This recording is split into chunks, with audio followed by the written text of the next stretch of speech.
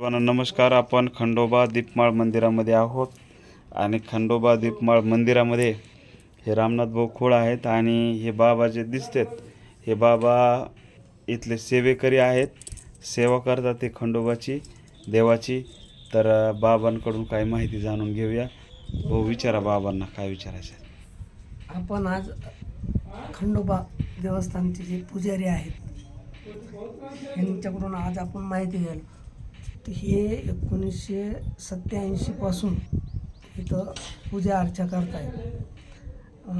तर बाबा आपलं नाव काय? माझं नाव निवर्ती एकनाथ खना.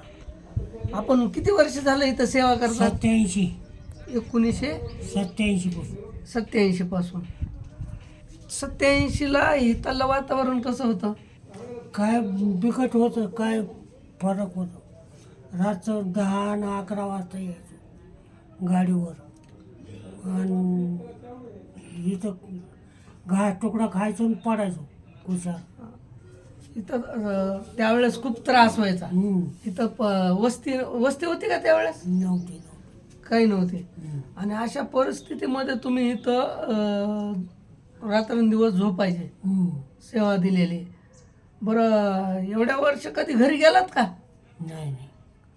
म्हणजे 1987 पासून हे घरी गेलेले नाहीत. हे इथंच राहत आहेत आणि इथंच सेवा देत आहेत.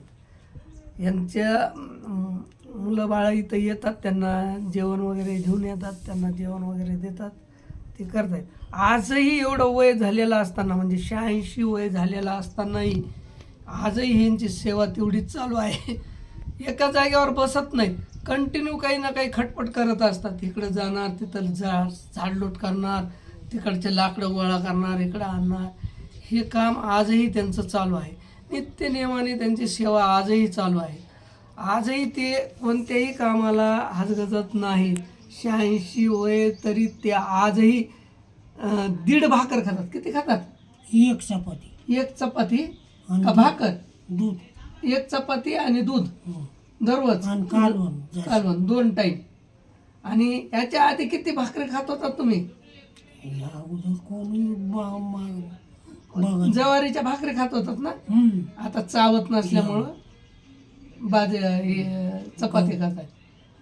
यांचा आजही जेवण आहार चांगला आहे आणि आजही फिरतायत वगैरे. हे 86 वय तरी टकाटक चालतात, फिरतात, काम करतात.